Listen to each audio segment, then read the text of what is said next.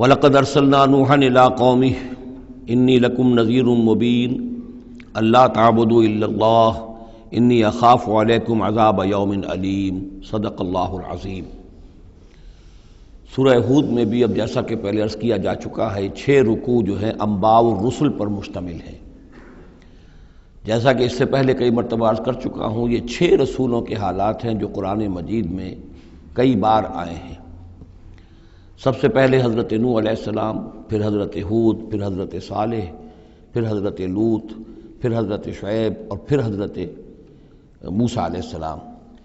تو یہ جو نقشہ آپ کے سامنے اس وقت موجود ہے، اس سے آپ کو اندازہ ہو جائے گا کہ یہ پورا یوں سمجھیے ارض القرآن ہے۔ یہ قرآن مجید میں جن رسولوں کے حالات آئے ہیں وہ سب کے سب جو ہیں وہ اس خطے کے اندر وہ مبعوث کیے گئے۔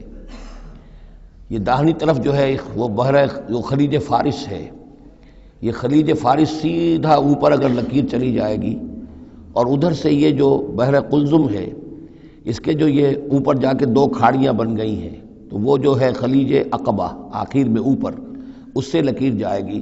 تو یہ دونوں لکیریں جہاں جا کر مل جائیں گی، وہ اس نقشے میں ابھی نظر نہیں آ رہا، ذرا نیچے کیجئے تو شاید نظر آ جائے گا۔ یہ جگہ ہے جہاں پہ وہ سرخ نشان بنا ہوا ہے، یہ علاقہ ہے جہاں کہ حضرت نوح علیہ السلام کی قوم آباد تھی، اور معلوم ہوتا ہے کہ اس وقت تک نسل انسانی صرف اسی علاقے میں تھی۔ یہیں پر عذاب آیا ہے، بہت بڑا جو طوفان آیا ہے، اور اسی سے ذرا اور اوپر چل کر شمال کی طرف پہاڑی علاقہ ہے کوہ ارارات، اور اسی میں کوہ جودی ہے۔ یہ علاقہ ہے وہ کہ جس کے اندر حضرت نوح علیہ السلام کی قوم آباد تھی۔ اس کے بعد جب وہ حضرت نوح علیہ السلام اور ان کے جو بھی بیٹے تھے وہ بچ کر جب آباد ہوئے ہیں، تو پھر ان کا ایک بیٹا جو ہے، ذرا اور نیچے بھی رکھیں، ان کا ایک بیٹا جو ہے حضرت سام، وہ عراق میں آ کر آباد ہو گئے۔ یہ جو سفید سا آپ کو نظر آ رہا ہے یہ عراق کا علاقہ ہے، یعنی اسی علاقے سے ذرا نیچے اترے اور عراق میں آباد ہو گئے۔ حضرت سام کی نسل میں پھر بہت سی قومیں پیدا ہوئی ہیں، تو انہی میں سے پھر ایک قوم ہے جو نیچے آئی ہے جزیرہ نما عرب کے بالکل جنوب میں، یہ جو علاقہ ہے یہاں پر یہ قوم یہ احقاف کا علاقہ کہلاتا ہے، اور یہاں پر قوم ہود، اس قوم کا نام عاد ہے۔ حضرت سام کی نسل ہی میں سے کوئی بہت بڑا سردار اٹھا جس کا نام عاد تھا، اور عاد کی سے پھر ایک نسل، ایک قوم شروع ہو گئی، وہ اس علاقے میں آباد تھی۔ اس کے ہاں جب شرک وغیرہ پیدا ہو گئے اور خرابیاں پیدا ہو گئیں تو اللہ تعالیٰ نے بہت سے نبی بھیجے، پھر آخر ایک رسول بھیجا، اور وہ حضرت ہود علیہ السلام ہے۔ ان کی دعوت کو رد کیا، یہ ہلاک کر دیے گئے۔ یہاں سے حضرت ہود اپنے ان ساتھیوں کو لے کر نکلے، اور عرب کے تقریباً وہ وسط میں وہ علاقہ ہجر کا علاقہ کہلاتا ہے، اس علاقے میں آ کر آباد ہو گئے۔ یہاں ان کے ہاں ایک بڑی شخصیت ابھری جس کا نام سمود تھا، تو اس سے یہ قوم سمود مشہور ہوئی ہے۔ انہوں نے میدانوں کے اندر محل بنائے، اور ساتھ ہی یہ ہے کہ جو پہاڑی علاقہ ہے بہت سخت گرینائٹ راکس ہیں، ان کو تراش کر ان کے اندر بھی مکان بنائے۔ یہ قوم سمود ہے۔ تو قوم نوح، قوم ہود، قوم سمود، یہ تینوں قومان جو ہیں حضرت ابراہیم علیہ السلام سے پہلے کی ہیں۔ اب پھر لوٹیے عراق کی طرف۔ عراق ہی میں جو قوم باقی رہی انہی میں حضرت ابراہیم علیہ السلام کی بعثت ہوئی ہے۔ لیکن حضرت ابراہیم علیہ السلام کے بارے میں یہ انداز جو انباء الرسل کا ہے وہ قرآن مجید میں کہیں نہیں ہے۔ یہاں پہ آپ دیکھیں گے سورہ ہود میں ان کا تذکرہ آئے گا، لیکن وہ قصص النبیین کے انداز میں تذکرہ آئے گا، انباء الرسل کے انداز میں نہیں آئے گا۔ حضرت ابراہیم یہاں سے، اور یہاں سے پھر انہوں نے ہجرت کی عراق سے، اور شام چلے گئے، پورا صحرا کراس کر کے شام میں جا کر، اور وہاں سے پھر انہوں نے اپنے بیٹے کو اسحاق کو آباد کیا، وہ جو سرخ نشان نظر آ رہا ہے آپ کو، یہ فلسطین کا علاقہ ہے۔ ایک بیٹے کو حضرت اسماعیل علیہ السلام کو یہاں مکے میں لا کر آباد کیا۔ اچھا، اس اپنے بھتیجے جو حضرت لوط علیہ السلام ان کے ساتھ ہی آئے تھے، ہجرت کی تھی انہوں نے، عراق سے اور شام پہنچے تھے، ان کو بھیجا ہے بحیرہ ڈیڈ سی جو ہے، بحیرہ مردار، اس کے کنارے پر یہ شہر آباد تھے، عمورہ اور صدوم، وہاں بھیجا ہے۔ تو انباء الرسل کے ضمن میں پھر قوم سمود کے بعد ذکر آئے گا تو وہ قوم لوط کا آئے گا۔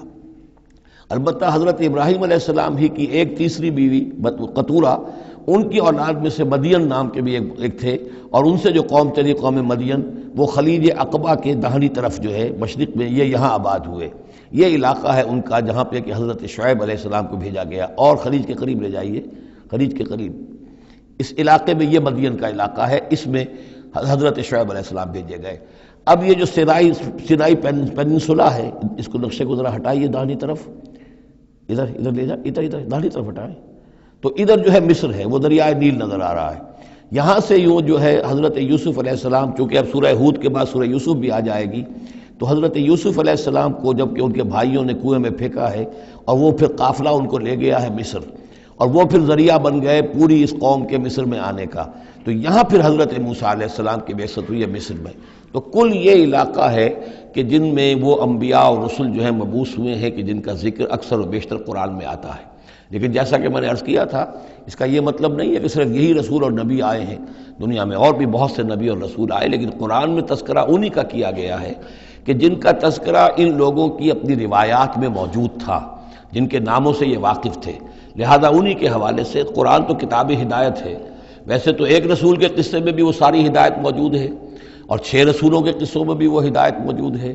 اس حوالے سے یہ کہ سارے رسولوں کی تاریخ بیان کرنا یہ قرآن مجید کا موضوع نہیں ہے۔ آئیے اب متن کی طرف چلیے۔ وَلَقَدْ أَرْسَلْنَا نُوحًا إِلَىٰ قَوْمِهِ، اور ہم نے بھیجا نوح کو اس کی قوم کی طرف۔ إِنِّي لَكُمْ نَذِيرٌ مُّبِينٌ، انہوں نے کہا میں تمہارے لیے کھلا خبردار کر دینے والا ہوں۔ اللہ تعبدوا الا اللہ، کہ مت پوجو اللہ کے سوا کسی کو۔ انی اخاف علیکم عذاب یوم علیم، مجھے اندیشہ ہے تم پر ایک بڑے دردناک دن کے عذاب کا۔ فقال الملأ الذین کفروا من قومہ، تو کہا اس کے قوم کے ان سرداروں نے جنہوں نے کفر کی روش اختیار کی، ما نراک الا بشرا مثلنا، ہم نہیں دیکھتے اے نوح آپ کو مگر اپنے ہی جیسا ایک انسان۔ آپ کہاں سے اللہ کے رسول بن گئے، کیسے رسول بن گئے، کیسے اللہ نے چن لیا؟ آپ تو ہمارے جیسے ایک انسان ہیں۔ وما نراک اتبعک الا الذین هم اراذلنا بادی الرائے، اور اس سے بھی آگے بڑھ کر ہم نہیں دیکھتے مگر یہ کہ آپ کی پیروی کرنے والے تو وہ لوگ ہیں جو ہماری نگاہوں میں ذلیل ہیں، کمینے ہیں، نچلے طبقے کے لوگ ہیں، گھٹیا لوگ ہیں۔ بادی الرائے، بلا تامل نظر آ رہا ہے کہ صرف کچھ کمی کاری لوگ آپ کے گرد جمع ہو گئے ہیں، کوئی معقول آدمی، کوئی سردار قوم کا کوئی آپ کے گرد آیا ہی نہیں۔ وما نرا لکم علینا من فضل، اور ہمیں کوئی نظر نہیں آتا کہ آپ پر کوئی ہمارے اوپر کوئی فضیلت آپ کو حاصل ہے، آپ کو اور آپ کے ساتھیوں کو۔ بل نظنکم کاذبین، بلکہ ہمارا گمان تو یہی ہے کہ آپ جھوٹ بول رہے ہیں۔ قال یا قوم ارأیتم ان کنت علی بینۃ من ربی، اب یہ ذرا اس صورت کے اندر بار بار یہ الفاظ آئیں گے۔ ایک فطرت سلیمہ جو پہلے سے تھی، اس کے بعد اللہ کی طرف سے وحی آ گئی، وہ گویا کہ اس کا شاہد ہے۔ انہوں نے کہا اے میری قوم کے لوگوں ذرا غور کرو، اگر میں پہلے سے بھی اپنے رب کی طرف سے بینہ پر تھا، تم جانتے ہو میں نے زندگی تمہارے مابین گزاری تھی، تم بھی جانتے ہو کہ میں ایک شریف النفس انسان تھا، میرا کردار، میرا اخلاق تمہارے سامنے تھا، میں بینہ پر تھا، میری فطرت مس نہیں ہوئی تھی، سلیم تھی۔ وآتانی رحمۃ من عنده، پھر اللہ نے مجھے رحمت بھی عطا فرما دی اپنے پاس سے، یعنی جو وحی آئی ہے میرے پاس وہ اللہ تعالیٰ کی رحمت ہے۔ فعمیت علیکم، اور وہ چیز وہ ہے کہ جس کو تمہاری آنکھوں سے مخفی رکھا ہے۔ اب میں کیا کروں، فرشتہ میرے پاس تو آتا ہے، وہی میرے پاس آتی ہے، یہ چیز جو ہے میرے تو تجربے میں ہے، مائی پرسنل ایکسپیرینس، لیکن یہ کہ تم سے یہ چھپا رکھی گئی ہے۔ انلزمکموہا وانتم لہا کارہون، بہرحال ہم زبردستی چپکا نہیں سکتے اپنی یہ بات آپ لوگوں کو، اگر آپ کو پسند نہیں ہے، اگر بیزار ہیں تو یہ اختیار ہمارے پاس نہیں ہے کہ ہم زبردستی آپ کو ان باتوں کا قائل کر دیں اور یہ باتیں لازماً آپ پر تھوپ دیں۔ بیا قوم لا اسألکم علیہ مالا، اور میری قوم کے لوگوں دیکھو میں تم سے کوئی اجرت نہیں مانگتا، مال طلب نہیں کرتا، کوئی تاوان تم پر نہیں ڈالا ہے۔ ان اجریہ الا علی اللہ، نہیں ہے میرا اجر مگر اللہ کے ذمے۔ وما انا بطارد الذین آمنوا، اور جن کو تم کہہ رہے ہو یہ گھٹیا لوگ ہیں، کمی کاری لوگ ہیں، کمین لوگ ہیں، میں ان کو اپنے پاس سے دھتکار نہیں سکتا، میں یہاں سے کھدیڑ نہیں سکتا ان کو، میں نہیں ہوں کھدیڑنے والا ان کو اپنے پاس سے۔ انہم ملاقو ربہم، یہ اپنے رب سے ملاقات کریں گے۔ ولیکنی اراکم قوما تجہلون، لیکن میں دیکھتا ہوں کہ تم ضرور جہل میں اور جہالت میں مبتلا ہو گئے ہو۔ ویا قوم من ینصرنی من اللہ ان طردتہم، اور میری قوم کے لوگوں سوچو اگر میں ان اہل ایمان کو اپنے ہاتھ سے ہانک دوں، یہاں سے بھگا دوں، یہاں سے دھتکار دوں، تو کون مدد کرے گا میری اللہ کے مقابلے میں؟ یہ اللہ کے ماننے والے، اللہ کے چاہنے والے، اللہ کا ذکر کرنے والے، اللہ سے دعائیں مانگنے والے، اللہ کے روح انور کے یہ طالب ہیں، اس کی رضا جو ہیں۔ افلا تذکرون، تو کیا تم نصیحت اخذ نہیں کرتے؟ ولا اقول لکم عندی خزائن اللہ، وہی بات جو حضور سے ہم پڑھ چکے ہیں پہلے، اور میں نہیں کہتا تم سے کہ میرے پاس اللہ کے خزانے ہیں، میں نے کب کہا ہے کہ میرا اختیار ہے اللہ کے خزانوں پر؟ ولا اعلم الغیب، نہ میں غیب کا علم رکھتا ہوں، ولا اقول انی ملک، نہ میں یہ کہتا ہوں کہ میں کوئی فرشتہ ہوں، ولا اقول للذین تزدری اعینکم، اور نہ میں یہ کہتا ہوں ان لوگوں کے بارے میں جنہیں تمہاری آنکھیں حقیر دیکھ رہی ہیں، تم حقارت کے ساتھ دیکھ رہے ہو، لن یؤتیہم اللہ خیرا، میں تو نہیں کہہ سکتا کہ اللہ تعالیٰ انہیں کوئی خیر نہیں دے گا، کیا پتہ تم اندازہ بھی نہ کر سکو کیا مقامات بلند اللہ ان کو عطا کرے گا، جنت میں یہ کس طریقے سے اللہ تعالیٰ کے فراح و ریحان و جنت و نعیم سے جو ہے وہ مشرف ہوں گے۔ لا اقول انی ملک ولا اقول للذین تزدری اعینکم لن یؤتیہم اللہ خیرا، اللہ اعلم بما فی انفسہم، جو کچھ ان کے جیوں میں ہے دلوں میں اللہ خوب جانتا ہے، کس کے دل میں کتنا خلوص ہے، کتنی محبت ہے اللہ کے ساتھ، کتنی شوق ہے، کتنا شوق ہے اللہ سے ملاقات کا، تو یہ اللہ جانتا ہے۔ انی اذا لمن الظالمین، اگر میں تمہارے ان تانوں سے تنگ آ کر میں ان کو اپنے پاس سے اٹھا دوں، بھگا دوں، تو پھر یہ کہ میں تو خود ظالموں میں سے ہو جاؤں گا۔ قالوا یا نوح، انہوں نے کہا اے نوح قد جادلتنا، تم نے ہم سے خوب جھگڑا کیا، فاکثرت جدالنا، اور بہت جھگڑا کر لیا تم نے، یعنی یہ کہ جب وہ بالکل ان تمام باتوں کے جواب میں خاموش ہونے پر مجبور ہو گئے، معقول بات ہے جو جواب دیا جا رہا ہے ان کے پاس اب کوئی جواب نہیں ہے اس کا، فاتنا بما تعدنا ان کنت من الصادقین، اب آخری بات وہی ضد اور ہٹ درمی کی، تو پھر لے آؤ جس چیز کی ہمیں دھمکی دے رہے ہو، اگر تم سچے ہو وہ عذاب لے آؤ، اب ہم جو ہے ہمارے کان پک گئے ہیں تمہارے یہ بات سنتے سنتے، اور تم سے یہ مذاکرہ اور مجادلہ اور مناظرہ جو ہے مزید ہم جاری نہیں رکھنا چاہتے۔ قال انما یاتیکم بہ اللہ ان شاء، انہوں نے فرمایا کہ وہ تو اللہ لے آئے گا وہ عذاب تمہارے اوپر اگر وہ چاہے گا، انما یاتیکم بہ اللہ، وہ لائے گا تمہارے اوپر اللہ انشاء اگر وہ چاہے گا، وما انتم بمعجزین، اور پھر تم اس کو تھکا نہیں سکو گے بھاگ کر، یعنی تم اسے ہرا نہیں سکو گے، تم اس سے بچ کر بھاگ نہیں سکو گے۔ ولا ينفعکم نصحی ان اردت ان انصح لکم، اور میری نصیحت، میرا خلوص، میری خیر خواہی تمہارے حق میں کچھ مفید نہیں ہو سکتی، خواہ میں کتنا ہی تمہارا ناصح ہوں، کتنا ہی تمہارے ساتھ مخلص ہوں، نصیحت کر رہا ہوں، خیر خواہ ہوں، ان کان اللہ یرید ان یغویکم، اگر اللہ ہی فیصلہ کر چکا ہو کہ وہ تمہاری گمراہی کے اوپر اس کی مہر ثبت ہو چکی ہو، اگر اللہ تعالیٰ فیصلہ کر چکا ہے تو میری یہ سارا اخلاص اور خلوص اور دعوت اور نصیحت اور خیر خواہی اس کا کوئی نتیجہ نہیں نکلے گا۔ ہو ربکم، وہ تمہارا رب ہے، وإلیہ ترجعون، اور اسی کی طرف تم لوٹا دیے جاؤ گے۔ ام یقولون افتراہ، کیا یہ کہتے ہیں کہ یہ اے محمد صلی اللہ علیہ وسلم آپ نے اس کو گھڑ لیا ہے؟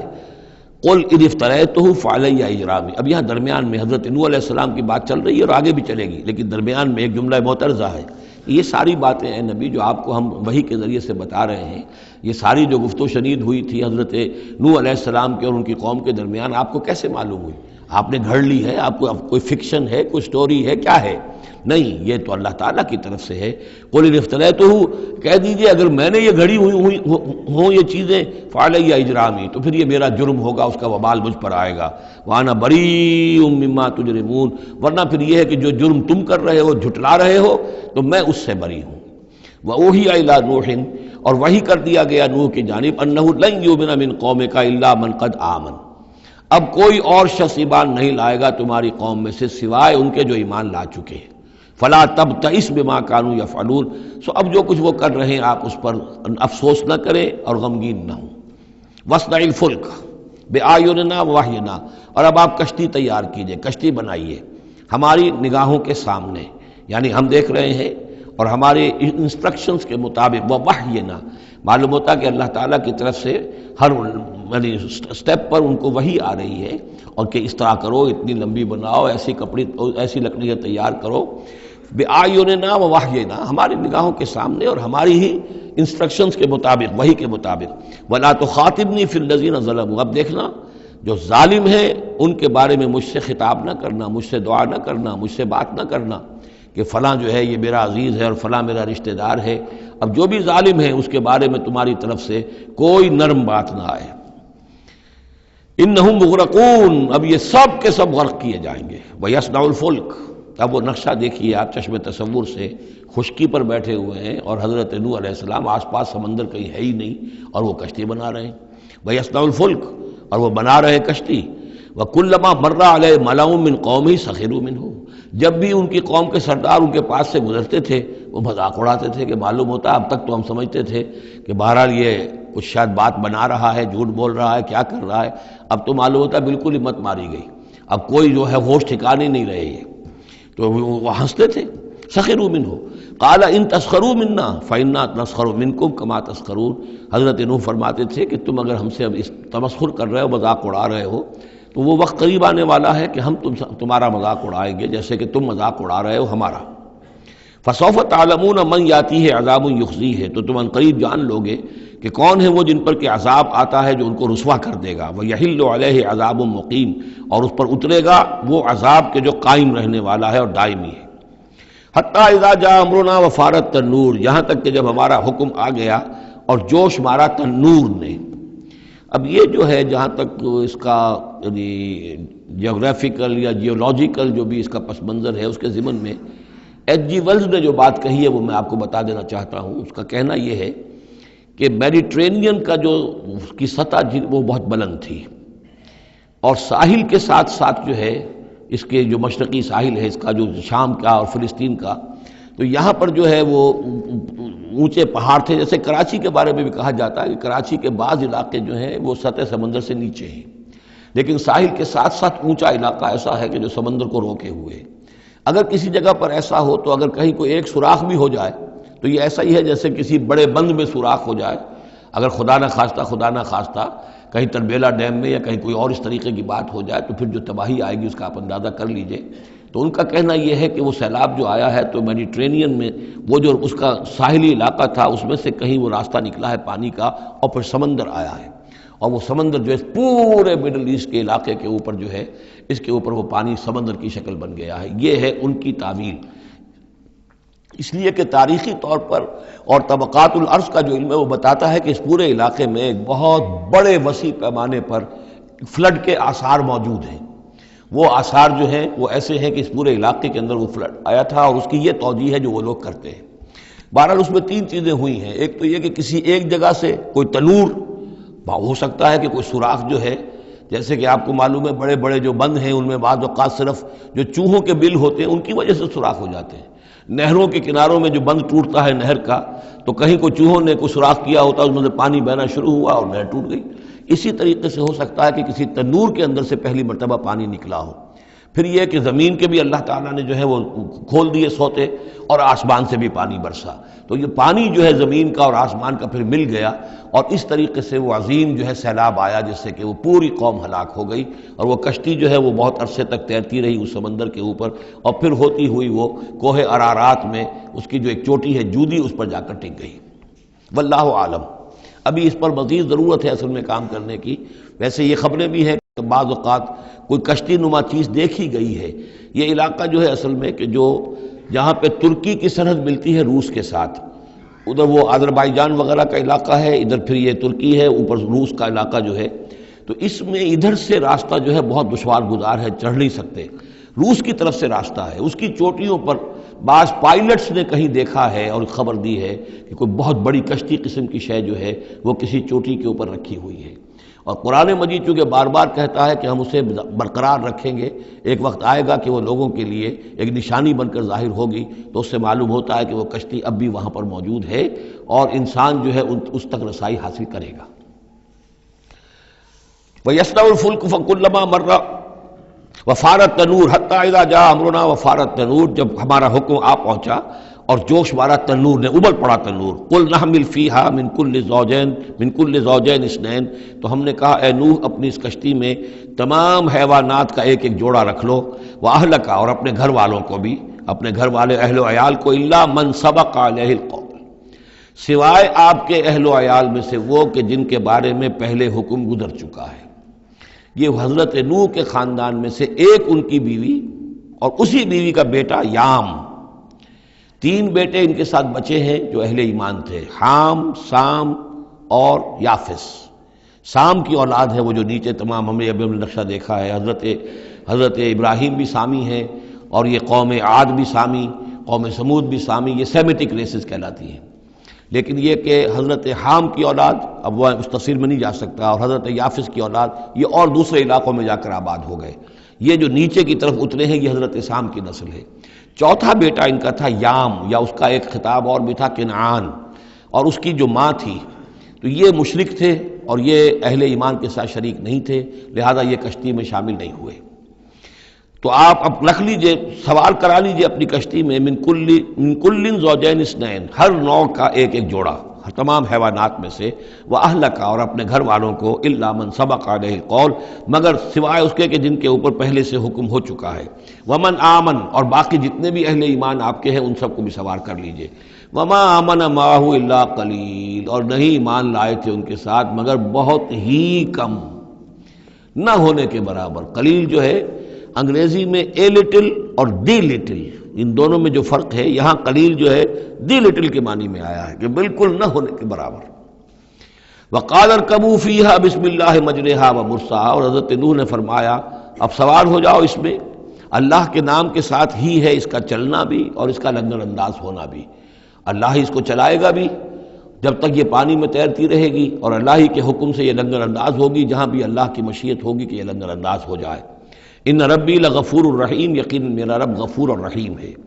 وہی تجری بہم فی موج کالجبال، اب وہ کشتی چل رہی تھی ان کو لے کر موجوں میں، اور موجیں پہاڑ پہاڑ جیسی موجیں۔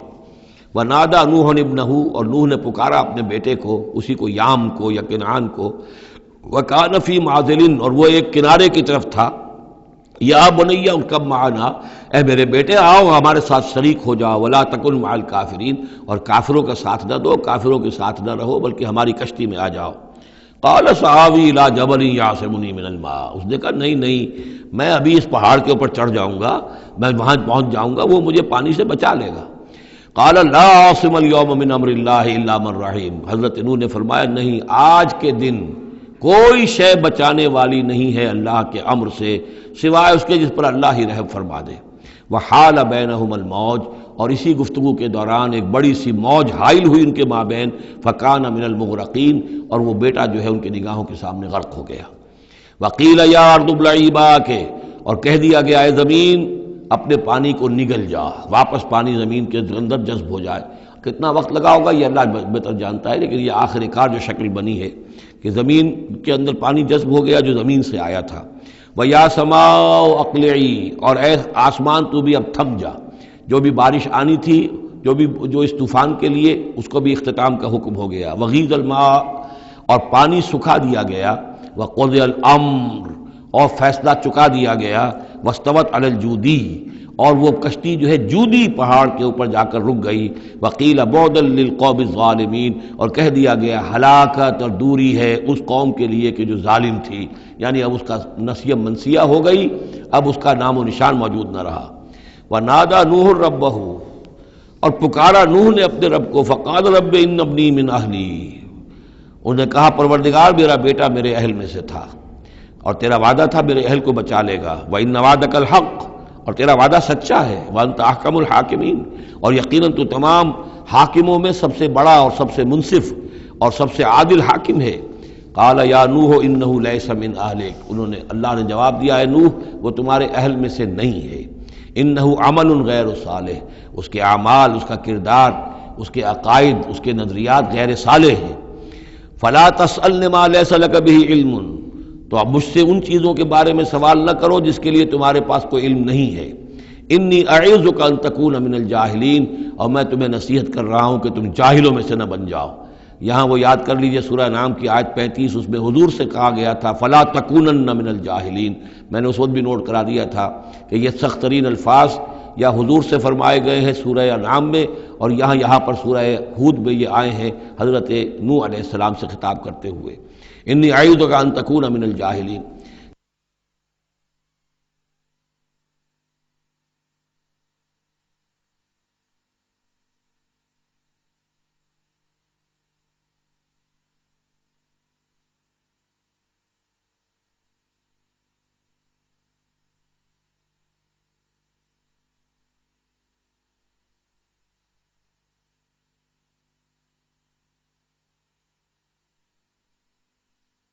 سنت اس کو تسلیم نہیں کرتے، اس کی وجہ یہ ہے کہ جو قاعدہ دیا گیا ہے سورہ نور میں وہ یہ ہے کہ اللہ تعالیٰ صالح لوگوں کے لیے بیویاں بھی دیکھ دیتا ہے، اور جو خبیثات للخبیثین والخبیثون للخبیثات والطیبین والطیبات للطیبین والطیبین للطیبات، تو یہ چیزیں جو ہے اس کے چونکہ خلاف جاتا ہے، اس لیے یہ کہ صرف مشرک ہونے کی حد تک کہ یہ مشرک تھے باپ ماں بیٹا، اس لیے جو کٹے رہے تو اسی پر اہل سنت کا اجماع ہے۔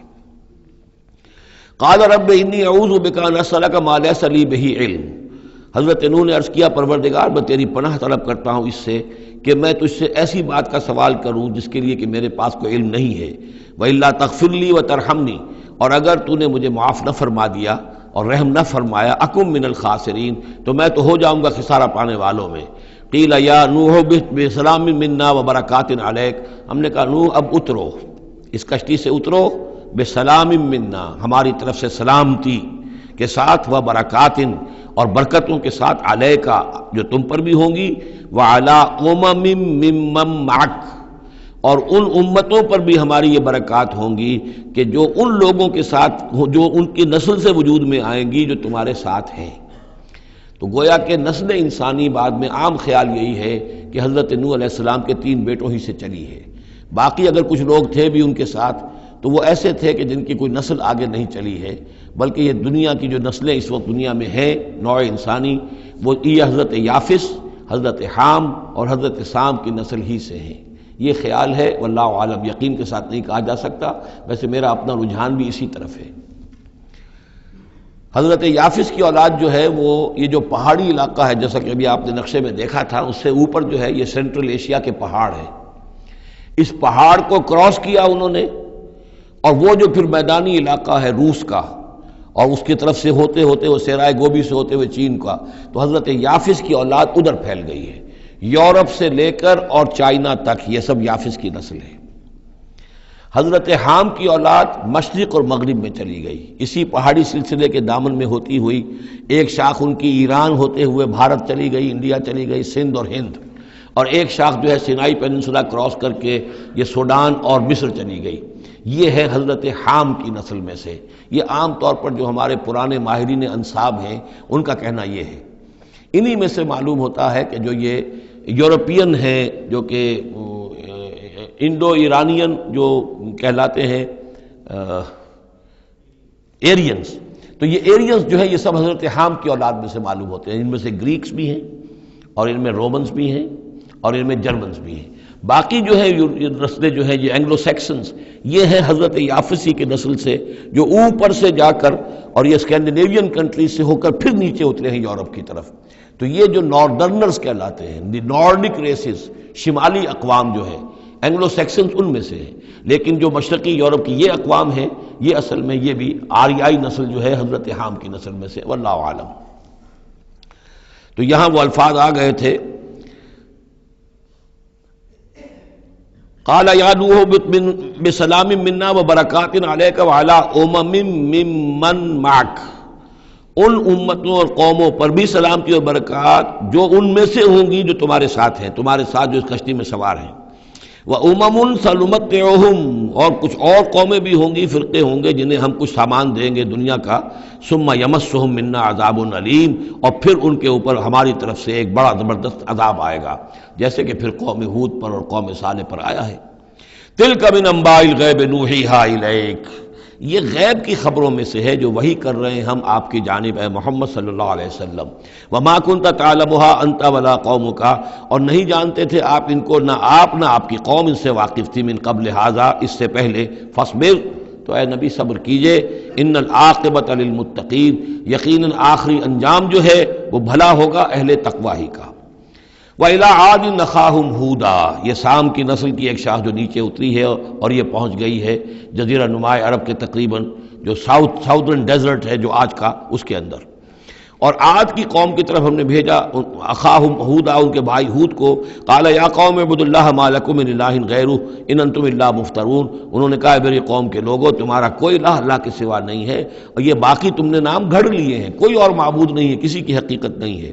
یا قوم لا اسألکم علیہ اجرا، اور میری قوم کے لوگوں میں تم سے کوئی اجر کا طالب نہیں ہوں، ان اجری الا علی الذی فطرنی، نہیں ہے میرا اجر مگر اسی کے ذمے جس نے مجھے پیدا فرمایا، افلا تعقلون، تو کیا تم عقل سے کام نہیں لیتے؟ وَيَا قَوْمِ اسْتَغْفِرُوا رَبَّكُمْ، اور میری قوم کے لوگوں اللہ سے استغفار کرو، اپنے گناہوں کی معافی چاہو، توبہ کرو، اس شرک کو اور بت پرستی کو چھوڑو، ثم توبوا الیہ، پھر اس کی جناب میں رجوع کرو، یرسل السماء علیکم مدرارا، وہ آسمان سے تم پر چھاجوں پانی برسائے گا، ویزدکم قوۃ الی قوتکم، اور تمہاری جو قوت اس نے عطا کی ہوئی ہے اس میں اور قوت کا اضافہ فرمائے گا، ولا تتولوا مجرمین، لیکن یہ کہ روگردانی نہ کرو مجرموں کی طرح اور مجرم بن کر۔ قالوا یا ہود ما جئتنا ببینہ، انہوں نے کہا کہ اے ہود دیکھو تم کوئی ہمارے پاس سند لے کر نہیں آئے، کوئی معجزہ لے کر نہیں آئے، وما نحن بتارکی آلہتنا عن قولک، اور ہم نہیں ہیں اپنے معبودوں کو چھوڑنے والے صرف تمہارے کہنے سے، وما نحن لک بمؤمنین، اور ہم نہیں ہیں تمہاری بات ماننے والے، ان نقول الا اعتراک بعض آلہتنا بسوء، ہم تو یہی کہتے ہیں، اس کے سوا اور کچھ نہیں ہمارا خیال، کہ ہمارے بعض معبودوں کی جو تم نے کوئی گستاخی کی ہے، ان کی نفی کی ہے، تو ان کی طرف سے تمہیں کوئی تکلیف پہنچ گئی ہے، یعنی تمہارا دماغی توازن ٹھیک نہیں رہا ہے، کوئی آسیب تمہیں ہو گیا ہے، تم پر پھٹکار پڑی ہے ہمارے بعض معبودوں کی۔ قال انی اشہد اللہ واشہدوا، حضرت ہود نے فرمایا دیکھو میں اللہ کو گواہ کر کے کہہ رہا ہوں اور تم بھی گواہ رہو، انی بریء مما تشرکون، کہ جن کو تم شریک ٹھہرا رہے ہو میں ان سے بری ہوں، بیزار ہوں، میرا ان سے کوئی تعلق نہیں۔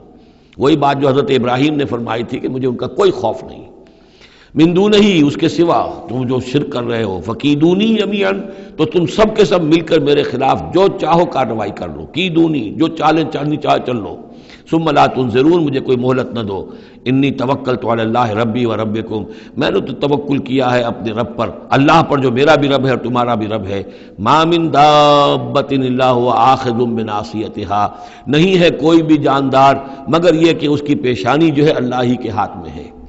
وہ دعا جو میں نے آپ کو سنائی تھی اس میں حضور کے الفاظ بھی یہ ہیں، وَنَاصِيَتِي بِيَدِكَ، اللہم انی عبدک وابن عبدک وابن امتک فی قبضتک ناصیتی بیدک ماض فی حکمک عدل فی قضاؤک۔ ہوا آخذ بناصیتها، ہر جاندار کی پیشانی اللہ کے ہاتھ میں، یعنی اس کی قسمت، اس کی تقدیر، اسے کیا ملنا ہے، اس کے ساتھ کیا ہونا، یہ سب اللہ کے ہاتھ میں ہے۔ ان ربی علی صراط مستقیم، یقیناً میرا رب تو سیدھی راہ پر ملے گا، سیدھی توحید کی راہ پر جاؤ گے تو رب کے قریب پہنچو گے۔ میرا رب جو ہے وہ عدل و انصاف کے راستے سے اور صراط مستقیم ہی سے اس تک رسائی حاصل ہو سکتی ہے۔ فَإِن تَوَلَّوْا فَقَدْ أَبْلَغْتُكُم مَّا أُرْسِلْتُ بِهِ إِلَيْكُمْ، پھر اگر تم پیٹھ موڑ لو، منہ پھیرو، انکار کرو، تو میں نے پہنچا دیا ہے تمہیں وہ پیغام جو مجھے دے کر بھیجا گیا تھا، مَا أُرْسِلْتُ بِهِ إِلَيْكُمْ۔ وَيَسْتَخْلِفُ رَبِّي قَوْمًا غَيْرَكُمْ، پھر میرا رب جو ہے تمہیں تباہ کرے گا، ختم کرے گا اور تمہاری جگہ کسی اور قوم کو لے آئے گا۔ وَلَا تَضُرُّونَهُ شَيْئًا، اور تم اس کا کچھ بگاڑ نہیں سکو گے۔ إِنَّ رَبِّي عَلَىٰ كُلِّ شَيْءٍ حَفِيظٌ، یقیناً میرا رب جو ہے ہر چیز کا نگہبان ہے۔ وَلَمَّا جَاءَ أَمْرُنَا، جب ہمارا حکم آ گیا، عذاب کا فیصلہ، نجینا ہودًا والذین آمنوا معہ، ہم نے نجات دے دی، بچا لیا ہود کو اور ان کو جو اس کے ساتھ ایمان لائے تھے، برحمت منا، اپنی رحمت سے، ونجیناہم من عذاب غلیظ، اور ہم نے انہیں بچا لیا ایک بہت ہی گاڑھے اور بھاری عذاب سے۔ وتلک عاد جحدوا بآیات ربہم، یہ تھے عاد، یہ تھی قوم، بڑی زبردست قوم، انہوں نے انکار کیا اپنے رب کی آیات کا، وعصوا رسلہ، اور انہوں نے نافرمانی کی اپنے رسولوں کی۔ یہ رسولوں سے مراد کیا ہے؟ اصل میں انبیاء تو آتے رہتے ہیں، آخر میں پھر رسول آتا ہے، چھوٹے چھوٹے، جس طریقے سے کہ اللہ تعالیٰ کی طرف سے سمجھانے کے لیے ان کے معلمین کی حیثیت سے، تو وہاں پہ ان کو بھی رسول کہہ دیا گیا۔ جیسا کہ میں نے کہا تھا قرآن مجید میں یہ الفاظ ایک دوسرے کی جگہ آ جاتے ہیں۔ وَاتَّبَعُوا أَمْرَ كُلِّ جَبَّارٍ عَنِيدٍ، انہوں نے رسولوں کی تو نافرمانی کی اور پیروی کی ان کے حکم کی جو سرکش تھے اور مخالف تھے۔ وَأُتْبِعُوا فِي هَذِهِ الدُّنْيَا لَعْنَةً، اور ان کے پیچھے لگا دی گئی اس دنیا میں بھی لعنت، وَيَوْمَ الْقِيَامَةِ، اور قیامت کے دن کے لیے بھی۔ أَلَا إِنَّ عَادًا كَفَرُوا رَبَّهُمْ، آگاہ ہو جاؤ قوم عاد نے اپنے رب کا کفر کیا تھا۔ أَلَا بُعْدًا لِعَادٍ قوم ہود، سن لو پھٹکار ہے عاد پر جو قوم ہود تھی، جس کی طرف حضرت ہود علیہ السلام کو بھیجا گیا۔ وَإِلَىٰ ثَمُودَ أَخَاهُمْ صَالِحًا، اب ان میں سے جو لوگ بچے تھے وہ پھر آگے وسطی علاقے کی طرف گئے ہیں اور وہاں ہجر کے علاقے میں جا کے آباد ہوئے، وہاں سمود نام کی ایک بڑی قوم ابھری، اور ان کے اندر بھی جب پھر وہی خرابیاں آ گئیں، وہی شیطان نے ان کو پٹی پڑھائی، وہی بت پرستی شروع ہو گئی، وہی ان کے معبود ہو گئے، تراش لیے انہوں نے۔ تو الی ثمود اخاہم صالحا، سمود کی طرف ہم نے بھیجا ان کے بھائی صالح کو. قال یا قوم اعبدوا اللہ ما لکم من الہ غیرہ، انہوں نے فرمایا کہ اے میری قوم کے لوگو، اللہ کی بندگی کرو، تمہارا کوئی معبود اس کے سوا نہیں ہے. ہوا انشاکم من الارض، اس نے تمہیں زمین سے اٹھایا ہے، ابھارا ہے، بنایا ہے زمین سے. واستعمرکم فیہا، اور اس میں تم کو آباد کیا ہے. فاستغفروہ، تو اس سے استغفار کرو، اس سے اپنے گناہ بخشواؤ. ثم توبوا الیہ، اور پھر اس کی جانب میں رجوع کرو. ان ربی قریب مجیب، یقین میرا رب قریب ہے اور دعا کا قبول کرنے والا ہے. قالوا یا صالح قد كنت فینا مرجوا، انہوں نے کہا ہے صالح تم سے تو ہماری بڑی امیدیں وابستہ تھی. ظاہر بات ہے کہ ایک شخص جو ہے جس کو اللہ چنتا تھا اپنے اخلاق میں، سمجھ میں، فہم میں، فطانت میں وہ ممتاز ہوتے تھے، تو ہم سمجھتے تھے تم آباء و اجداد کا نام روشن کرو گے. یہ تم نے کیا کیا؟ تم نے تو کہنا شروع کر دیا کہ آباء و اجداد کے جو طریقے ہیں یہ غلط ہیں، ان کا دین غلط ہے، ان کے عقیدے غلط ہیں، ان کے یہ معبود جن کو ہمارے آباء و اجداد پوجتے آئے ان کی کوئی حقیقت نہیں. ہم توقع کرتے تھے کہ تم قوم کا نام روشن کرو گے، تم آباء و اجداد کے لیے عزت کا اور ان کے لیے مزید جو ہے دنیا کے اندر ان کے ناموری کا سبب ذریعہ بنو گے. قالوا یا صالح قد كنت فینا مرجوا، تم سے تو ہمیں بہت سی امیدیں تھی قبل ھذا، اس سے پہلے. اتنہانا نعبد ما یعبد آباؤنا، یہ کیا ہوا تم ہمیں روک رہے ہو ان چیزوں کو پوجنے سے کہ جن کو ہمارے آباء و اجداد پوجتے تھے. وَإِنَّنَا لَفِي شَكٍّ مِّمَّا تَدْعُونَا إِلَيْهِ مُرِيبٍ، اور یقیناً جس چیز کی طرف تم ہمیں بلا رہے ہو اس کے بارے میں ہمیں شکوک و شبہات ہیں، ہمارا دل اس پر ٹھکتا نہیں ہے. قَالَ يَا قَوْمِ أَرَأَيْتُمْ إِن كُنتُ عَلَىٰ بَيِّنَةٍ مِّن رَّبِّي، وہی بات انہوں نے کہی، اے میری قوم کے لوگوں سوچو، اگر میں پہلے سے بھی اپنے رب کی طرف سے بینہ پر تھا، میری فطرت سلیم تھی، تم دیکھتے تھے کہ میں تمہارے درمیان ایک اچھا آدمی تھا، صاف ستھرا کردار رکھنے والا انسان تھا، میری فطرت صالح تھی. وَآتَانِي مِنْهُ رَحْمَةً، اور اللہ نے پھر مجھے اپنے پاس سے رحمت عطا کر دی. اب وہی آ گئی، نبوت عطا کر دی گئی. فَمَن يَنصُرُنِي مِنَ اللَّهِ إِنْ عَصَيْتُهُ، تو اب اگر میں اللہ کی نافرمانی کروں تو مجھے کون بچائے گا اللہ سے؟ کون اس کی پکڑ سے مجھے بچا سکے گا؟ فما تزیدوننی غیر تقصیر، تو تم تو اضافہ نہیں کرو گے میرے لیے مگر خسارے کے اندر. تم چاہتے ہو کہ میں اپنی اس چیز کو چھوڑ کر اور آباء و اجداد کا نام لوں اور ان کے معبودوں کو پوجنا شروع کر دوں، تو تم تو میری تباہی کے در پہ ہو. وَيَا قَوْمِ هَٰذِهِ نَاقَةُ اللَّهِ لَكُمْ آیَةٌ، اور دیکھو میری قوم کے لوگوں، یہ اللہ کی اونٹنی ہے، تمہارے لیے ایک نشانی ہے. فَذَرُوهَا تَأْكُلْ فِي أَرْضِ اللَّهِ، اسے چھوڑے رکھو، یہ چرتی رہے اللہ کی زمین میں، جہاں چاہے جہاں سے چاہے کھائے. فَلَا تَمَسُّوهَا بِسُوءٍ، اور دیکھنا کسی برے ارادے سے اس کو ہاتھ نہ لگانا. فَيَأْخُذَكُمْ عَذَابٌ قَرِيبٌ، تو پھر تمہیں آ پکڑے گا وہ عذاب کہ جو اب دور نہیں ہے، قریب ہی ہے. فَعَقَرُوهَا، تو انہوں نے اس کی کونچیں کاٹ ڈالی، اس کو ہلاک کر دیا. فَقَالَ تَمَتَّعُوا فِي دَارِكُمْ ثَلَاثَةَ أَيَّامٍ، حضرت صالح نے فرمایا کہ اچھا ٹھیک ہے، اب تم اپنے گھروں کے اندر جو بھی کھانا پینا ہے، رچنا بسنا ہے، تین دن تک رہ لو اور بس لو. ذالک وعد غیر مکذوب، یہ وہ وعدہ ہے کہ جو جھوٹا ثابت نہیں ہوگا.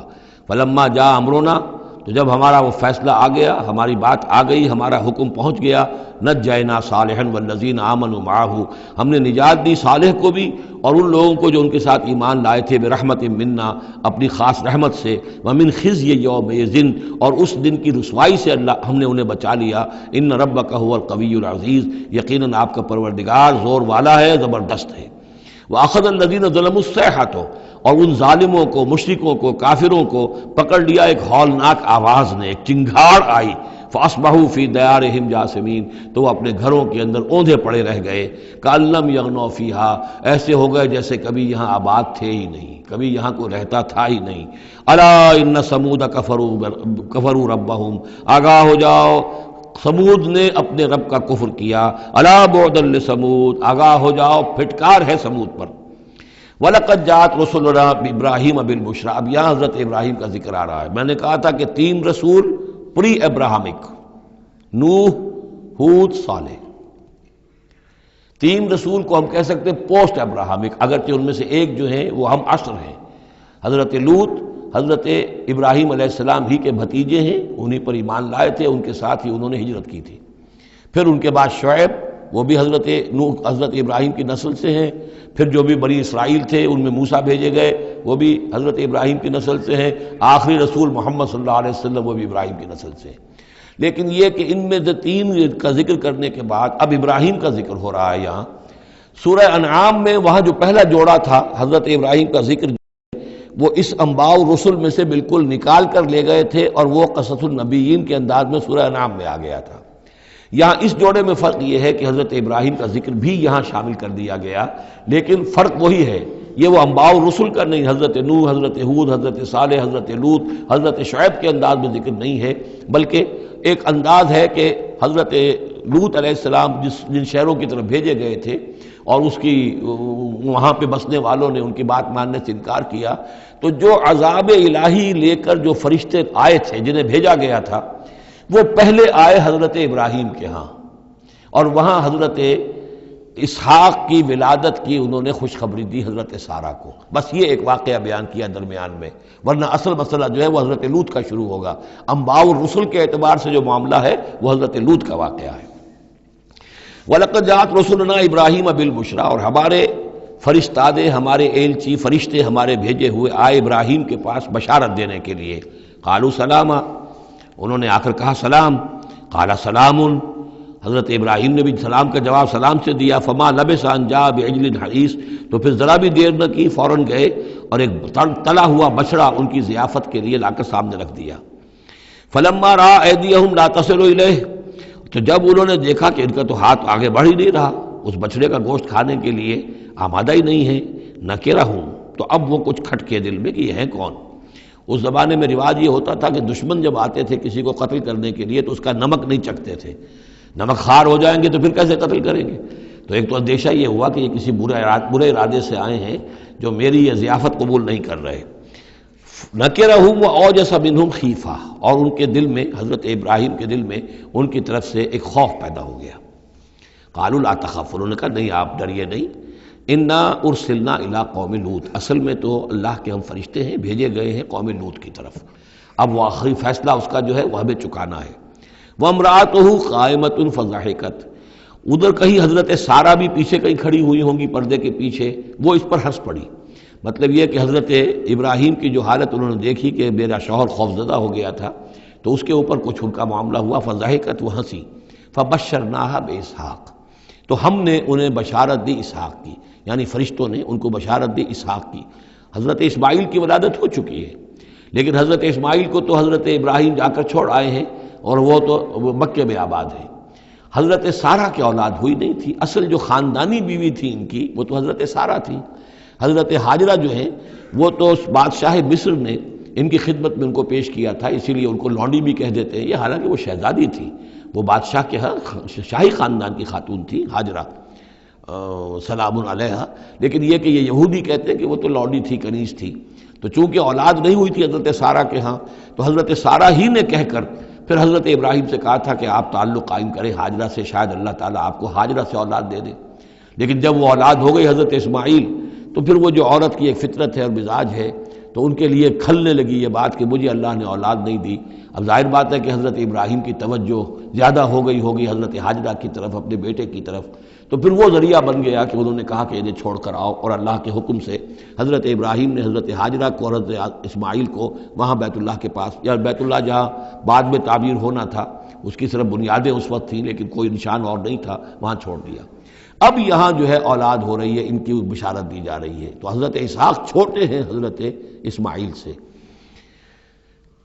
فضحکت فبشرناہا باسحاق ومن وراء اسحاق یعقوب، اور یہ بھی کہا کہ پھر اسحاق کے بعد اسحاق کے ہاں ایک بیٹا ہوگا یعقوب، وہ بہت ہی ہمارے ہاں اس کا درجہ بہت بلند ہوگا، یعنی بیٹے کی بشارت پھر پوتے کی بشارت۔ قالت یا ویلتا آلد وانا عجوز وہذا بالی شیخا، انہوں نے کہا ہائے میری خرابی، کیا اب میں جنوں گی جبکہ میں ہو چکی ہوں نہایت بوڑھی، اور میرا یہ شیخ جو ہے، میرا یہ جو شوہر ہے یہ بھی شیخ ہے، یہ بھی ضعیف ہے، بوڑھا ہو چکا ہے۔ ان ھذا لشیء عجیب، یہ تو بڑی عجیب بات جو آپ بتا رہے ہیں، یہ خوشخبری مجھے دے رہے ہیں اس بڑھاپے کی عمر میں کہ میرے ہاں بیٹا ہوگا۔ قالوا اتعجبین من امر اللہ، ان فرشتوں نے کہا کہ کیا آپ تعجب کرتی ہیں اللہ کے معاملے میں؟ اللہ کا فیصلہ ہے، اللہ جیسے چاہے پیدا کرے، ہم اللہ کی طرف سے خوشخبری دے رہے ہیں، اپنی طرف سے نہیں دے رہے۔ رحمت اللہ وبرکاتہ علیکم اہل البیت، اے نبی کے گھر والوں تم پر اللہ کی رحمت ہو، اس کی برکتیں ہوں۔ اب یہاں اہل البیت کو سمجھ لیجئے کس کے لیے ہے؟ حضرت سارہ کے لیے ہے۔ اہل بیت رسول ازواج مطہرات ہیں، ان کی ایکسٹینشن ہے جو حضور نے کہا ہے اللہم ہؤلاء اہل بیتی، اے اللہ یہ بھی میرے اہل بیت ہیں۔ حضرت فاطمہ، حضرت علی، حضرت حسن، حضرت حسین، وہ بھی اہل بیت میں یہ ایکسٹینشن ہے۔ اہل بیت اصلاً نبی کی بیوی، یہاں پر کس کے لیے آ رہا؟ حضرت سارہ کے لیے۔ گھر والے، ہم کہتے بھی ہیں گھر والے، گھر والے کون ہوتے ہیں؟ گھر والی تو بیوی ہوتی ہے۔ قالوا اتعجبین من امر اللہ رحمۃ اللہ وبرکاتہ علیکم اہل البیت انہ حمید مجید، یقیناً اللہ حمید ہے اور مجید ہے، بہت بزرگ ہے، بڑائیوں والا ہے، اور اپنی ذات میں ستودہ صفات ہے۔ فلما ذهب عن ابراہیم الروع، جب ابراہیم کا خوف جاتا رہا، وجاءت البشرا، اور یہ بشارت پہنچ گئی، ان کے لیے خوشی کی بات تھی کہ اب سارہ کے ہاں بھی اللہ تعالیٰ بیٹا عطا کرے گا۔ یجادلنا فی قوم لوط، اب اس نے جھگڑنا شروع کر دیا ہم سے قوم لوط کے بارے میں۔ یہ مجادلہ جو ہے یہ تورات میں بڑی تفصیل سے آیا ہے کہ دیکھو تم جو جا رہے ہو، اگر اس شہر کے اندر، ان بستیوں کے اندر 50 آدمی بھی راست باز ہوں گے تو کیا کرو گے؟ کیا پھر بھی ہلاک کر دو گے؟ فرشتوں نے کہا نہیں، اگر 50 آدمی وہاں ہوئے، اگر راست باز ہوئے تو ہم ہلاک نہیں کریں گے۔ اچھا دیکھو، میری کوئی حیثیت نہیں ہے، میں بہت ناچیز ہوں، لیکن میں پھر جرأت کرتا ہوں، میں اللہ سے عرض کرتا ہوں کہ اچھا ہو سکتا ہے 40 ہوں وہاں پر۔ تو پھر اچھا 40 بھی ہوئے تو پھر ہم ان کو بھی پھر چھوڑ دیں گے، بستیوں کے اوپر عذاب نہیں آئے گا۔ ہوتے ہوتے 5 پہ آ گئے، جس پہ کہ آخر میں کہا گیا کہ اے ابراہیم چھوڑو اب اس بات کو، اب یہ تیرے رب کا فیصلہ آ چکا۔ وہاں ایک بھی نہیں ہے، تم 5 کی بات کر رہے ہو۔ وہاں تو سوائے حضرت لوط علیہ السلام کے خود اور ان کی 2 بیٹیوں کے اور کوئی بھی نہیں تھا کہ جو ان شہروں میں سے بچا ہو۔ تو یجادلنا فی قوم لوط، اب وہ قوم لوط کے بارے میں ہم سے جھگڑنے لگے، یعنی چونکہ وہ حلیم الطبع تھے، طبیعت میں نرمی تھی، وہی جو حضور کی طبیعت میں بھی تھی، حضرت ابوبکر کی طبیعت میں بھی تھی، اس وجہ سے انہوں نے کہا کہ عذاب سے بچنے کی کوئی شکل ہو سکے۔ ان ابراہیم لحلیم اواہ منیب، 3 الفاظ جمع کر دیے گئے۔ یقیناً ابراہیم بہت ہی حلیم بھی تھا، بہت ہی نرم دل تھا، اور بہت ہی اللہ کی جناب میں رجوع کرنے والا تھا۔ یا ابراہیم عارض عن ھذا، تو اب کہا گیا ان سے کہ ابراہیم اب چھوڑیے، اب اس بات سے آپ ذرا قطع تعلق کیجئے۔ انہ قد جاء امر ربک، یہ تو اب آپ کے رب کا فیصلہ آ چکا ہے۔ وَإِنَّهُمْ آتِيهِمْ عَذَابٌ غَيْرُ مَرْدُودٌ، اب ان پر وہ عذاب آ کر ہی رہے گا جسے لوٹایا نہیں جا سکے گا۔ وَلَمَّا جَاءَتْ رُسُلُنَا لُوطًا سِیءَ بِهِمْ وَضَاقَ بِهِمْ ذَرْعًا، تو جب آئے ہمارے یہ فرشتادے بھیجے ہوئے، ہمارے یہ پیغامبر، یہ فرشتے لوط کے پاس، سِیءَ بِهِمْ، کہ وہاں پر یہ بھیجے گئے تھے بہت خوبصورت لڑکوں کی شکل میں، اور ان کے ہاں جو تھا معاملہ، آپ کو معلوم ہے کہ جو عبرت پرستی ان کے ہاں تھی اور جو سوڈمی تھی، تو یہ لڑکے خوبصورت آ گئے تو اس قوم کے لیے، تو ان کے لیے جشن ہو گیا کہ ہمارے لیے شکار آ گئے ہیں بہت اچھے، لوط کے ہاں بڑے عمدہ شکار پہنچے ہیں، لہذا وہ سب غول کے غول اب آ رہے ہیں، حضرت لوط علیہ السلام کے گھر پر چڑھائی کر رہے ہیں۔ تو جب ہمارے یہ فرشتادہ، ہمارے یہ جو نوجوان لڑکوں کی شکل میں جن کو بھیجا گیا تھا فرشتوں کو، وہ جب پہنچے حضرت لوط کے پاس، سِیءَ بِهِمْ، وہ ان کو دیکھ کر بہت غمگین ہوا کہ یہ بڑا میرے لیے، وَضَاقَ بِهِمْ ذَرْعًا، ان کا دل بڑا تنگ ہوا، وَقَالَ هَذَا يَوْمٌ عَصِیبٌ، اور انہوں نے کہا یہ تو میرے لیے بڑا سختی کا دن آ گیا ہے، میرے پاس اتنی طاقت نہیں ہے کہ میں ان بدبختوں کا مقابلہ کر سکوں، اپنے ان مہمانوں کو ان کی دستبرد سے میں بچا سکوں۔ اور وہ لوگ جو ہیں جانتے تھے جس قسم کی خبیث ان کی تباہی ہو چکی تھی کہ وہ کسی اپیل اور کسی دلیل سے بعد آنے والے نہیں ہیں، تو اس سے ان کے دل کے اندر جو ہے وہ ایک عجیب کیفیت پیدا ہوئی۔ سِیءَ بِهِمْ وَضَاقَ بِهِمْ ذَرْعًا وَقَالَ هَذَا يَوْمٌ عَصِیبٌ وَجَاءَهُ قَوْمُهُ يُهْرَعُونَ إِلَیْهِ، اور اب آئی اس کی قوم اس کے پاس والہانہ دوڑتی ہوئی، بڑے خوشی سے ناچتے ہوئے آ رہے ہیں کہ آج تو ہمارے لیے جو ہے وہ بہت ہی عمدہ شکار پہنچ گیا ہے۔ وَمِن قَبْلُ كَانُوا يَعْمَلُونَ السَّیِّئَاتِ، اور وہ پہلے ہی سے ان گندے کاموں کے اندر ملوث تھے۔ قَالَ يَا قَوْمِ هَؤُلَاءِ بَنَاتِي هُنَّ أَطْهَرُ لَكُمْ، حضرت لوط نے فرمایا کہ دیکھو میری قوم کے لوگوں، میری بیٹیاں موجود ہیں، وہ تمہارے لیے بہت پاکیزہ ہیں۔ اس کے 2 معنی کیے گئے، ایک تو یہ کہ بیٹیوں سے مراد ہے کہ جو تمہاری بیویاں ہیں وہ میری بیٹیوں کے مانند ہیں۔ نبی جو ہوتا ہے وہ گویا کہ قوم کے لیے والد کی جگہ ہے، جیسے کہ قرآن مجید میں وَأَزْوَاجُهُ أُمَّهَاتُهُمْ، حضور کی تمام ازواج جو ہیں وہ پوری امت کے لیے ماؤں کے درجے میں ہیں، تو گویا کہ یہ میری بیٹیاں ہیں، اللہ نے تمہارے لیے ان کو پیدا کیا ہے، تمہارے لیے جوڑا بنایا ہے، وہ پاک جو ہے تمہارے لیے راستہ اپنی شہوت کی کے تقاضے کو پورا کرنے کے لیے صحیح راستہ اس کو چھوڑ کر، اور یہ بھی ہو سکتا ہے کہ انہوں نے اپنی بیٹیوں ہی کو پیش کیا ہو کہ تمہیں اگر کرنا ہی ہے تو نکاح کر لو، میں اپنی بیٹیاں تمہیں نکاح میں دینے کو تیار ہوں، لیکن میرے جو یہ مہمان ہیں ان کے بارے میں مجھے رسوا نہ کرو۔ قال یا قوم ہؤلاء بناتی ہن اطہر لکم فاتقوا اللہ ولا تخزون فی ضیفی، تو اللہ کا خوف کرو اور دیکھو مجھے میرے مہمانوں کے معاملے میں رسوا مت کرو۔ الیس منکم رجل رشید، کیا تم میں کوئی ایک آدمی بھی شریف اور کوئی ایک آدمی بھی نیک چلن نہیں رہا؟ یعنی کوئی تو تم میں سے ایسا نکل آتا جو میرا ساتھ دیتا، جو میری ہاں میں ہاں ملاتا۔ تم میں تو معلوم ہوتا ہے کہ کوئی ایک شخص بھی شریف النفس باقی نہیں رہا۔ قالوا لقد علمت ما لنا فی بناتک من حق، انہوں نے کہا کہ اے لوط تمہیں خوب معلوم ہے تمہاری بیٹیوں پر ہمارا کوئی حق نہیں ہے۔ اس سے معلوم ہوتا ہے وہ دوسری ہی بات ہی زیادہ راجح ہے۔ وَإِنَّكَ لَتَعْلَمُ مَا تُرِيدُ مَا نُرِيدُ، اور تم خوب جانتے ہو جو ہم چاہتے ہیں، یعنی باتیں مت بناؤ، ہماری توجہ جو ہے ادھر ادھر لے جانے کی کوشش نہ کرو، تم جانتے ہو ہم جو چاہتے ہیں، جس کے لیے ہم حاضر ہوئے ہیں، جس کے لیے ہم پہنچے ہیں۔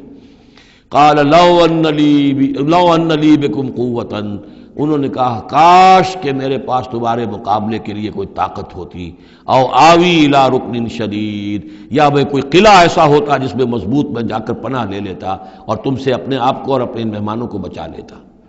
یہاں ہے اصل میں حضور صلی اللہ علیہ وسلم کی ایک حدیث میں الفاظ آئے ہیں، یرحم اللہ لوطا لقد کان یاوی الی رکن شدید، اللہ تعالیٰ رحم فرمائے لوط پر، وہ ایک مضبوط قلعے میں تھے، اللہ تعالیٰ کی حفاظت تو انہیں حاصل تھی، لیکن یہ کہ اس وقت جو صورت بن گئی تھی ان کے لیے، جیسے جب جادوگروں نے جو اپنے انچھر پھینکے تھے اور وہ بھی بن گئے تھے فرعون کے دربار میں، وہ بھی شکل اختیار کر لی تھی انہوں نے سانپوں کی، تو حضرت موسیٰ پر بھی وقتی طور پر خوف طاری ہو گیا تھا۔ تو بن بنائے طب بشری خوف کا ہو جانا یہ کوئی نبوت کی عصمت کے منافی نہیں ہے۔ تو یہاں پر بھی اللہ تعالیٰ کی حفاظت تھی، اور جیسا کہ آیا فرشتوں نے پھر ذرا سا ایک ہاتھ ہلایا اور سب کے سب اندھے ہو گئے، وہ اس طرح کا معاملہ تفاصیل تورات میں ہے۔ قال لو ان لی بکم، لیکن جو حسرت کی کیفیت تھی اور جس طرح ضیق میں ان کی جان اس وقت آئی تھی، اس کا تصور کیجئے، کاش کہ میرے پاس تمہارے مقابلے کے لیے طاقت ہوتی، او آوی الی رکن شدید، یا کوئی ایسا ہوتا مضبوط مستحکم قلعہ جس میں جا کر میں پناہ لے لیتا۔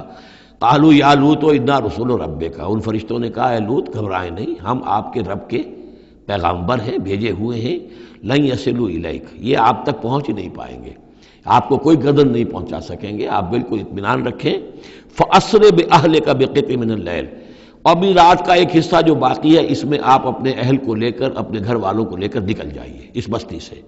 وَلَا يَلْتَفِتْ مِنْكُمْ أَحَدٌ، اور کوئی بھی آپ میں سے پیچھے نہ دیکھے، پیچھے توجہ نہ کرے، پیچھے کی طرف کوئی خیال نہ آئے کہ ہمارے دوست تھے اور ہمارے یہ تھے اور ہمارے عزیز تھے، إِلَّا امْرَأَتَكَ، اور آپ کی بیوی بھی ساتھ نہیں جائے گی، وہ بھی یہیں رہے گی۔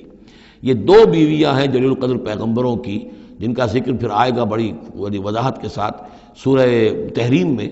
ایک حضرت نوح علیہ السلام کی بیوی اور ایک حضرت لوط کی بیوی، کہ یہ اگرچہ کہ کانتا تحت عبدین من عبادنا صالحین فخانتاہما فلم یغنیا عنہما من اللہ شیئا، اگرچہ وہ ہمارے دو بہت ہی نیک اور بہت ہی برگزیدہ بندوں کے تحت تھیں، ان کے گھروں میں آباد تھیں، لیکن یہ کہ انہوں نے خیانت کی، اور اس کے نتیجے میں یہ ہے کہ پھر وہ اللہ تعالیٰ کے عذاب سے ان کے شوہر انہیں بچا نہیں سکے، نہ حضرت نوح بچا سکے اپنی اس بیوی کو اور نہ حضرت لوط بچا سکے اپنی اس بیوی کو۔ الا امرأتک، سوائے آپ کی بیوی کے، انہ مصیبھا ما اصابہم، اس کے اوپر تو وہی مصیبت آ کر رہنی ہے جو ان سب پر آنی ہے۔ ان موعدہم الصبح، اور دیکھیے ان کے وعدے کا وقت صبح کا ہے، صبح کو وہ عذاب آ جائے گا۔ الیس صبح بقریب، کیا صبح قریب نہیں ہے؟ یعنی اب جلدی کیجئے، اب آپ فوری طور پر یہاں سے اپنی بچیوں کو لے کر نکل جائیے۔ فلما جاء امرنا جعلنا عالیہا سافلہا، جب ہمارا حکم آ پہنچا ہم نے اس کے اونچے کو نیچا کر دیا، یعنی کسی بستی کو تلپٹ کیا جائے تو چھت نیچے ہو جائے گی اور جو بنیادیں اوپر آ جائیں گی، عالیہا سافلہا، الٹ کر رکھ دیا بستیوں کو، وامطرنا علیہا حجارۃ من سجیل، اور مزید ان کے اوپر ہم نے بارش برسائی کنکروں کی، پتھروں کی، یعنی یہ کہ ایک طرف تو یہ کہ کچھ زلزلہ آیا یا کچھ اور زمین میں دھماکہ ہوا، ایکسپلوژن ہوا جس سے وہ بستیاں الٹ گئیں، اور اس کے بعد یہ ہے کہ آسمان سے پھر بارش ہوئی ہے ان پر سجیل۔ یہ سجیل اصل میں فارسی کا لفظ ہے سنگ گل، سنگ گل یعنی یہ کہ مٹی جو ہے اگر کسی صحرا کے اندر تھوڑی سی پھوار پڑے اور زیادہ تیز بارش نہ ہو تو وہ ہر قطرے کے ساتھ تھوڑی سی مٹی مل کر وہ ایک چھوٹا سا دانہ بنتا ہے، اور وہ پھر دھوپ جب پڑتی ہے تو وہ پھر پک جاتا ہے، جیسے کہ کہیں آپ اینٹیں پکاتے ہیں اپنے ان کے اندر بھٹیوں کے اندر، یہ پھر کہلاتی ہے سنگ گل، یعنی یہ پتھر تو ہے لیکن یہ پتھر نہیں ہے، یہ مٹی کے بنے ہوئے پتھر ہیں، کنکر ہیں، ان کنکروں کی بارش ہوئی جس کے اندر کہ اس کو بالکل دفن کر دیا گیا ان دونوں شہروں کو۔ منضود تہ بر تہ وہ جو بارش ہو رہی تھی کنکروں کی تہ بر تہ، مسومۃ عند ربک، اور وہ نشان زد تھے تیرے رب کی طرف سے، یعنی ہر ایک کے لیے معلوم تھا کہ کس کو کون سا پتھر لگنا ہے اور کون سا جو شخص ہے اس کی ہلاکت کس کے ذریعے سے ہونی ہے۔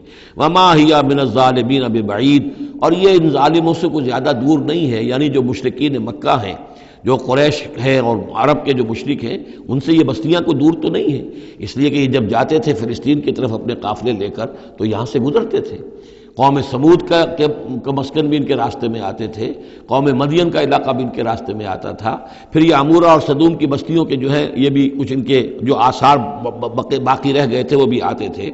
وَإِلَىٰ مَدْيَنَ أَخَاهُمْ شُعَيْبًا، اور مدین کی طرف ہم نے بھیجا ان کے بھائی شعیب کو۔ میں بتا چکا ہوں یہ بنی قطورہ میں سے ہیں مدین، اور پھر ان سے جو ایک قوم بڑی بنی وہ آ کر خلیج عقبہ کے داہنی طرف جو ہے یہ علاقے کے اندر آباد ہو گئی، اور یہ انٹرسیکشن ہے، روڈز کا کراس روڈ ہے۔ قافلے جو جنوب سے شمال کو جاتے تھے یمن سے شام کو، اور شام سے یمن کو، وہ گزرتے تھے شمالاً جنوباً، اور قافلے جو عراق سے آتے تھے اور مصر کو جاتے تھے وہ گزرتے تھے شرقاً غرباً۔ اس طریقے سے یہ جو ہے انٹرسیکشن تھا ان قافلوں کا، تو یہاں بڑی خوشحالی ہوئی، کاروبار چمکے ان کے، لیکن اس قوم کے اندر پھر وہ خرابیاں آئیں جو ہم پڑھ چکے ہیں سورہ اعراف میں، کم تولنا، کم ناپنا، رہزنی کرنا، جھوٹ بولنا، دھوکہ دینا، یعنی شرک کے علاوہ۔ وَإِلَىٰ مَدْيَنَ أَخَاهُمْ شُعَيْبًا، اور مدین کی طرف ہم نے بھیجا ان کے بھائی شعیب کو۔ قَالَ يَا قَوْمِ اعْبُدُوا اللَّهَ مَا لَكُم مِّنْ إِلَٰهٍ غَيْرُهُ، انہوں نے بھی یہی کہا کہ اے میری قوم کے لوگو، اللہ کی بندگی کرو، تمہارا کوئی الہ نہیں ہے اس کے سوا۔ وَلَا تَنقُصُوا الْمِكْيَالَ وَالْمِيزَانَ، اور نہ کم رکھو پیمانوں کو اور نہ ہی میزان تول کو۔ إِنِّي أَرَاكُمْ بِخَيْرٍ، میں تمہیں دیکھ رہا ہوں کہ آسودہ حال ہو، اللہ نے تمہیں آسودہ حال کیا ہے۔ انی اخاف علیکم عذاب یوم محیط، لیکن اگر تم اپنی ان غلط بدعمالیوں سے باز نہ آئے تو مجھے اندیشہ ہے کہ تم پر ایک ایسے دن کا عذاب آ جائے گا جو تمہیں گھیر لے گا۔ وَيَا قَوْمِ أَوْفُوا الْمِكْيَالَ وَالْمِيزَانَ بِالْقِسْطِ، اور میری قوم کے لوگوں پیمانہ اور تول جو ہے عدل اور انصاف کے ساتھ پورا دیا کرو۔ وَلَا تَبْخَسُوا النَّاسَ أَشْيَاءَهُمْ، اور مت کم کیا کرو، گھٹایا کرو لوگوں کے لیے ان کے سامان۔ وَلَا تَعْثَوْا فِي الْأَرْضِ مُفْسِدِينَ، اور نہ ہی زمین میں فساد بچاتے پھرو۔ بقیت اللہ خیر لکم، جو بھی اللہ کی طرف سے بچت ہو جائے، صحیح تولو، صحیح ناپو، پھر جو بچ جائے تو گویا کہ وہ اللہ تعالیٰ کی طرف سے تمہیں ایک نفع ہے جو اللہ نے دیا ہے، تو جو بھی صحیح تجارت کرتے ہوئے بچت ہو جائے، نفع ہو جائے، وہ بقیت اللہ ہے۔ بقیت اللہ خیر لکم ان کنتم مؤمنین، اگر تم مومن ہو، اگر مانتے ہو میری بات کو، ماننے والے ہو تو وہ تمہارے لیے بہتر ہے۔ وما انا علیکم بحفیظ، لیکن میں تمہارے اوپر کوئی نگران اور نگہبان نہیں ہوں، میں ٹھیکیدار نہیں ہوں، میرا کوئی زور تم پر نہیں چل رہا، میں تمہیں سمجھا رہا ہوں اور نیکی کی تلقین کر رہا ہوں۔ قالوا یا شعیب وصلاتک تأمرک ان نترک ما یعبد آباؤنا، انہوں نے کہا اے شعیب، کیا تمہاری نماز تمہیں اس بات کا حکم دیتی ہے کہ ہم چھوڑ دیں ان کو کہ جن کو پوجتے تھے ہمارے آباء و اجداد؟ اگرچہ حضرت شعیب کی گفتگو میں تذکرہ نہیں ہے، لیکن یہ کہ وہ کامن مرض جو ہے، مشترک مرض، بیماری، وہ تو موجود تھا، یعنی وہ شرک۔ او ان نفعل فی اموالنا ما نشاء، یا یہ تمہاری نماز جو ہے تمہیں روکتی ہے، حکم دیتی ہے اس بات کا کہ ہم اپنے مال میں جو چاہے نہ کر سکیں۔ ہمارا مال ہے، یہ جو آج بھی دنیا میں تصور ہے، سیکریڈ رائٹ آف اونرشپ، میرا مال ہے میں جو چاہوں کروں، اسی سے پھر وہ ساری خرابیاں پیدا ہوتی ہیں۔ مال آپ کا ہے، اللہ کی امانت ہے، آپ کے پاس ہے، مالک اللہ ہے، لیکن اس میں اللہ کے حکم کے مطابق تصرف کرنا ہے۔ یہاں کوئی سیکریڈ رائٹ آف اونرشپ نہیں ہے۔ یو آر ٹرسٹیز، یہ امانت چند روزہ نزد ماست، در حقیقت مالک ہر شے خداست۔ یہ تو چند دن کی ایک امانت ہے جو ہمارے پاس جو ہے، ورنہ حقیقت میں تو مالک حقیقی ہر شے کا اللہ ہے۔ تو جب انسان مالک اپنے آپ کو سمجھتا ہے فی اموالنا، تو پھر ما نشاء، جو ہم چاہیں گے کریں گے۔ اور نفعل فی اموالنا ما نشاء، تو تم ہمیں روکنا چاہتے ہو اس چیز سے۔ تمہاری نماز اور دینداری جو ہے، اس نے تمہیں یہی سکھایا ہے کہ ایک تو ہمارے معبودوں سے ہمیں برگشتہ کرو، اور دوسرے یہ کہ ہمیں یہ کہو، یہ کرو، یہ نہ کرو۔ ہمارے مال ہیں، ہم جیسے چاہیں گے اس کے اندر معاملہ کریں گے۔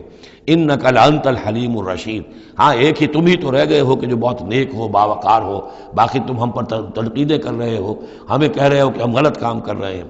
قال یا قوم ارأیتم ان کنت علی بینۃ من ربی، انہوں نے وہی بات فرمائی میری قوم کے لوگوں، سوچو اگر میں پہلے سے بھی اپنے رب کی طرف سے بینہ پر تھا، میری فطرت صحیح تھی، میرا کردار صحیح تھا، میں تمہارے ہاں ایک نیک انسان کی حیثیت سے معروف تھا، جیسے حضور الصادق الامین کی حیثیت سے متعارف تھے، وَرَزَقَنِي مِنْهُ رِزْقًا حَسَنًا، اور اللہ تعالیٰ نے اور اپنے پاس سے مجھے اچھا رزق دیا ہے، وحی آئی ہے، نبوت مجھے مل گئی ہے، وَمَا أُرِيدُ أَنْ أُخَالِفَكُمْ إِلَىٰ مَا أَنْهَاكُمْ عَنْهُ، اور میں یہ ہرگز نہیں چاہتا کہ جس چیز سے تمہیں میں روک رہا ہوں، تمہیں اس سے روک کر میں خود وہی کام کرنے لگوں۔